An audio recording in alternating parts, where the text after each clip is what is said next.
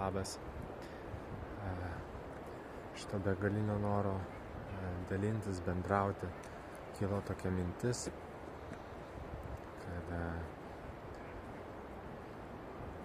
žmonės, kurie nori išsikalbėti, pasipasakot, būti suprasti ir išgirsti, galbūt tokią galimybę galiu suteikti. Tai yra visiškai nemokamai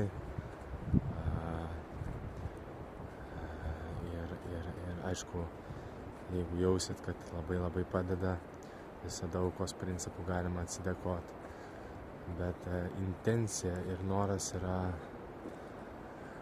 padėti nusimesti naštą nuo savo širdies, padėti išsikalbėti, padėti bekalbant išgirsti save. Ir intencija yra tame, kad tai gali padėti pajudėti iš vietos, jeigu esi užstrigęs. Aišku, labiausiai orientuojasi žmonės, kurie yra kančioje.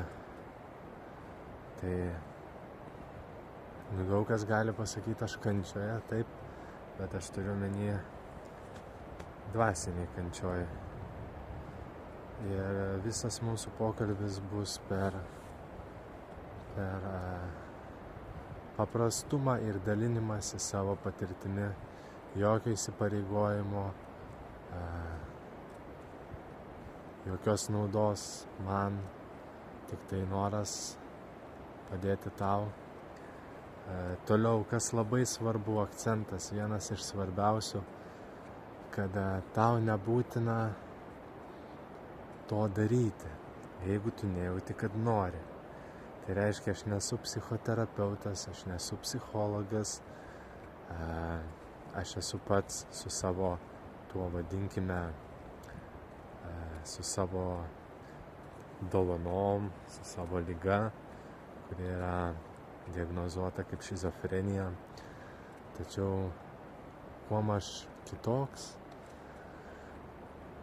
nuo tavęs, tom, kad mano patirtis skiriasi nuo tavo patirčių. Tačiau visada gyvenime pastebėjau, kad besidalinant patirtim, kurios yra panašios, yra randama bendra kalba ir randami kompromisai, patarimai vienas kitam. Tai šitas video ir šita žinutė skirta tiem, kurie jaučia, kad taip kad aš, Paulius, galiu būti tas, su kuriuo man padėtų pašnekėjus.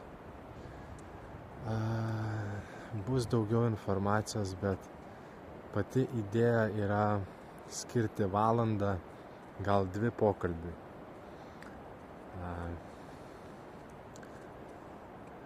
Tai gali ir rekomenduoju, kad tai vyktų nuotoliniu būdu arba gyvai. Esu iš Palangos, galiu atvykti toliausiai iki Klaipėdos, bet būtų smagu Palangoje arba nuotoliniu būdu.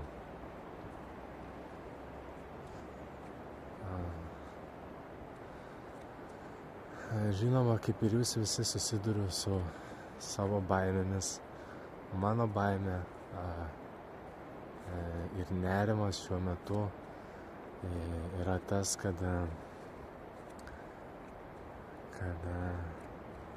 susilaukt galiu labai daug neigiamų komentarų, kurie taip gerai pagalvojus nusišvilpt. Nes jau pasakiau, kad visiškai nėra jokios intencijos, bet paminėjau auką. Kodėl tai paminėjau? Todėl, kad šiuo metu nedirbu ir mano energija yra atiduodama tik dalinimuisi ir kūrybai. Ir tas tęstinumas visiškai neturi laiko apmatavimo, kažkokio apibrėžimo. Tai noriu pasakyti, kad žadu tai daryti labai ilgai. Tai kokia man iš to nauda? Mano širdis džiaugiasi, kai matau, kad žmogui yra ramiau, kad žmogus jaučiasi ramesnis. Nes pagrindinė liga, nuo kurios pamačiau, kad aš sergu ir tai matau pasaulyje, tai yra nerimas ir nebuvimas ramybės. Nerimas, neramu. Tai reiškia, nėra ramybės. Bendraujant su nebūtinai manim, bet su bet kokiu žmogum, jeigu viduje jauti ramybę, tai tinkamas žmogus tau. Tai paklausyk šito video, paklausyk mano kitų minčių, kitų pasidalinimų ir nuspręsk, ar tau to reikia, ar tu to nori. Ir visiškai nesvarbu tavo amžius, tavo lytis, tavo socialinė padėtis, nesvarbu ar tu įgalus ar neįgalus, viskas konfidencialu, nebent tu norėtum pasidalinti pokalbių, jausdamas, kad tai gali turėti kitiem kažkokios geros naudos, padaryti gerą įtaką. Tai mano širdis džiaugiasi, kad tai šneku, nors kaip ir tu, galbūt prieš kreipdamasis jausi kažkokią baimę, galbūt aš labiau jaučiu baimę dalindamasis tokią informaciją, nes tai yra nauja man, o kas yra nauja, tas kas yra nepažįstama, visada kelia abejonių, nerimo, baimių, bet žinai, nusišvilpt ant tų baimių. Nusišvilpt. Yra lengva pasakyti, sunku padaryti. Tai va, mano baimė įveikta, jau ne pirma, tai dalinuosi ir iškart pasidalinsiu tom, kad gyvenime, kai darai kažką, ko prašo tavo širdis, tarkim mano gyvenime, aš labai noriu dalintis ir pasiekti žmonės, kuriem galiu padėti. Tai dariau masažais, tai dariau kineziterapiją ir dabar tai darau savo patirtimi ir nebijosiu pasakyti savo meilę. Meilę žmogui, meilę gyvybei, meilę Dievui. Tai jo, ateina žodžiai man religiniai, tikėjimo, ateina žodžiai natūraliai, kad garbė Jėzui Kristui ir ateina širdį per amžius amen. Nes tai turi labai gilią ir stiprią reikšmę, nes niekada man niekas nepasakojo, kas yra Jėzus, ką jis tokio padarė, kad mes jam jaučiam tokią didelę garbę. Tai ir apie tai galėsim pakalbėti, nes tikėjimas ir viltis eina koja kojon. Tai yra tarsi sinonimai. O žmogus, kuris nebeturi vilties, kuris nebeturi tikėjimo, jisai nebeturi prasmės gyventi. Tad prašau tavęs,